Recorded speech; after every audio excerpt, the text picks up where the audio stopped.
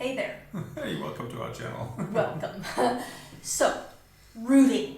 It's such a rude problem, right? When the horse is rooting on you, roots on the reins, when they pull on you, and they pull you out of the saddle, they pull your arms forward, they pull you apart, and any number of things can ensue after that. What do you do? Where does it come from, first of all? And what can you do about it as a rider? Because you need to somehow prevent your horse from doing this. You need to correct the horse, but yanking on the reins, punishing the horse by yanking on the reins isn't a great solution. So what can you do? Yeah, so the cause of that, I always like to think about, why is my horse doing that? Where does it come from? Yes. Before I start thinking, what can I do to fix it, right? Yes. So rooting is usually a bit of a habit, I found. And in my observation or my experience is that it's usually caused by riders who are a little bit wobbly in the lumbar spine, a little unstable in the lumbar spine, and a little tight in the hips. And this tightness in the hips and the wobbliness in the lumbar spine, they're usually connected. And the horse feels, it's a little bit like a kid that feels like I've got a loose tooth, and then they wiggle the tooth until it comes out, right? And the horses will then kind of tug and root and push because they feel there's an instability in the rider. Every time they tug, the rider comes out of the saddle with the pelvis, and the shoulders go forward. So it's like they create a relief for the hind legs, right? And the rider can't quite settle into the saddle because every time they try to, that gives a little push from below. Often it's like a combination of pushing the croup up and tugging on the rein, and then that completely unseats the rider, right? So that's in my experience usually what causes it, and it can become a big problem because every time the horse succeeds in getting the rider off his hind end, they get emboldened and they do it more, right? And so every time they feel like, okay, it confirms the behavior. Yeah, it's like, I'm tired of this. Well, they get a reward thing. because exactly. Basically they get the weight off of their back Right, at that exactly. moment, any pressure on the hind legs. That it's like if you do squats, if you're into physical fitness at all and you do squats with weights, with heavy weights, it's hard. Yeah. And you try to do everything instinctively, you try to do everything you can to cheat, right? To make it easier on yourself, but that doesn't actually get the best use of the exercise. In a way, it's similar here. What is best for the horse isn't what they're trying to do. They're like water. They're going to search for the best way out, the easiest way of doing something. It's not always the best way for them. In the end, we want the horse to do squats with the hind legs, right? Get strong, build muscles. This is what we're trying to do. But if the horse can find an out, they're going to take it. Right. So it's our job to close those doors so that the horse only takes the doors we want them to take. Right. Yes, and when you watch closely what's happening when the horse roots, you will find that there's always one hind leg on the ground that is pushing. That's on the ground, it's behind the vertical a little.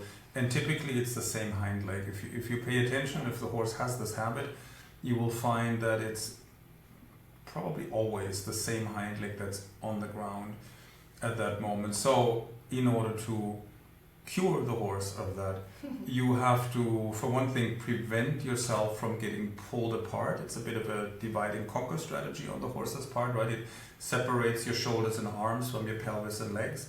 So you need to stay in one piece, with a connection between pelvis and elbows, what our students call a pelbo connection, right? You keep your elbow kind of forward in between the elbows, connected to the elbow, so that if the horse tugs, he will pull your pelvis forward closer to the pommel of the saddle. It will pull your pelvis forward and down, which results in a half halt, like the horse half halts himself. You're just passive, you just maintain the connection between pelvis and elbow, and then if the horse tugs on you really hard, he will half halt himself. He'll feel this in his hind legs. Whereas if you don't have that pelbo connection, the horse will pull your shoulders forward and lighten the seat as a result, right? So the first step would be to connect the pelvis to the elbows, and then remember that in order for the horse to push the head and neck down hard, he has to push with the hind leg against the ground. So in that first split second when the horse does it, you catch it with your seat, and then you drive that hind leg that's on the ground. You can use your lower leg on that side. If you wear spurs, you can touch a little with the spur so that the horse lifts that hind leg quickly.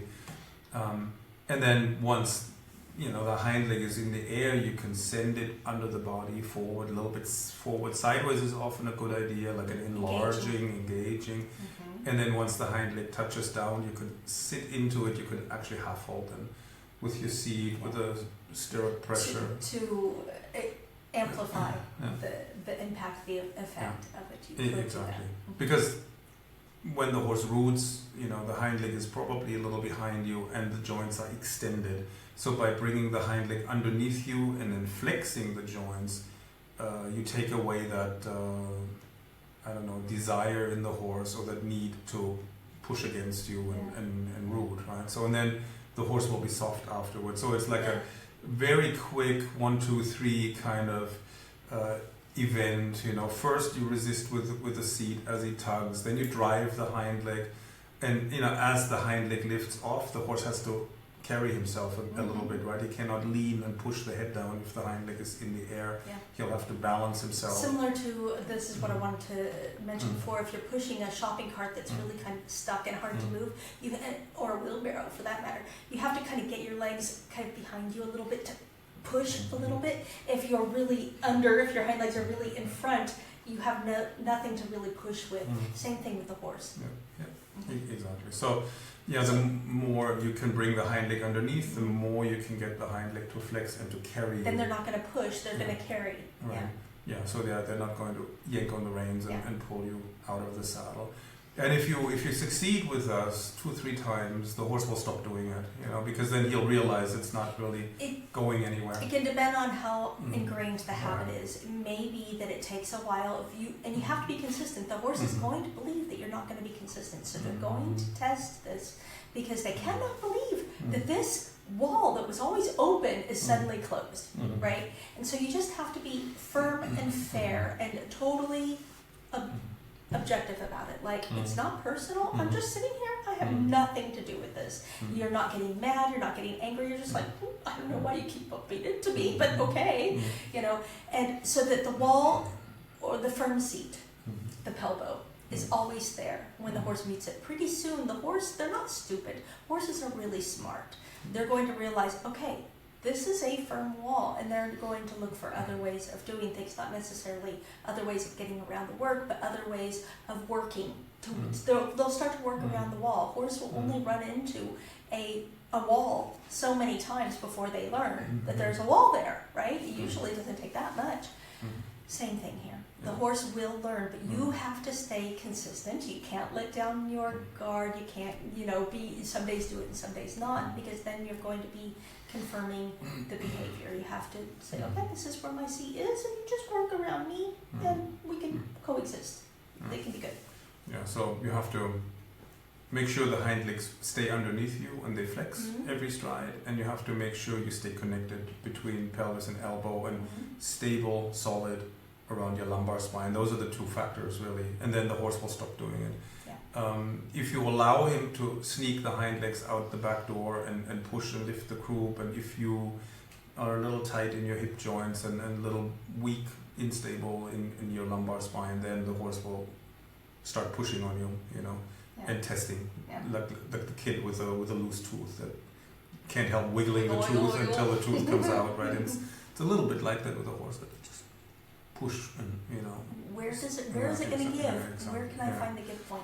Exactly. So those are the two things you really have to focus on and be disciplined about that. Keep the hind legs underneath you. Sit on the hind legs. Keep your pelvis between your elbows. Do not let the horse kind of stretch you out like this. Whatever you do, don't start arguing with the horse. Don't let the horse pull you into an argument with the reins. You will never win. It will always result in more arguing. Whatever you do, just stay objective and out of it. Just let the horse deal with your seat. So the horse bumps into your seat and you have nothing to do with it. It's sort of like, I don't know why you did that. Let's just carry on.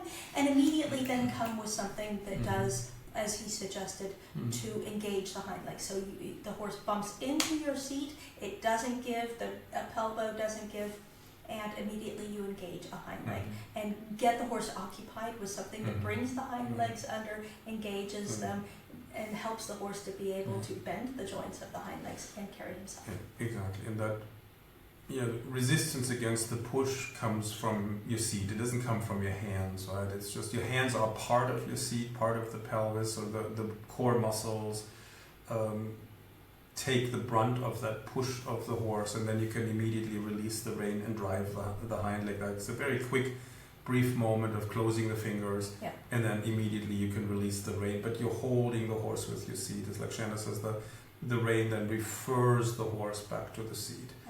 And you hold the horse with your seat, release the rein, drive with the hind leg, with your hind leg, and sit on the horse's hind leg. Half hold a little bit. And then pretty soon the horse can be in self-carriage. When they're rooting on you, they're not in self-carriage. Once the horse learns to carry himself, he's in self-carriage, and you can ride with super light rein contact that only aids when it needs to. Anything else? I think that's it. No, so if you liked this video, please hit like and subscribe to our channel. If you would like to see more videos like this and you want to be notified when we have more videos, then please turn the notifications on. Otherwise, YouTube will not show the videos to you. It's the way their algorithm works. If you want to see our videos, turn the notifications on and let us know in the comments what you think. Do you have questions about this? What else would you like better explanation on? What else can we help you with? Let us know. And we'll see you next time. Bye.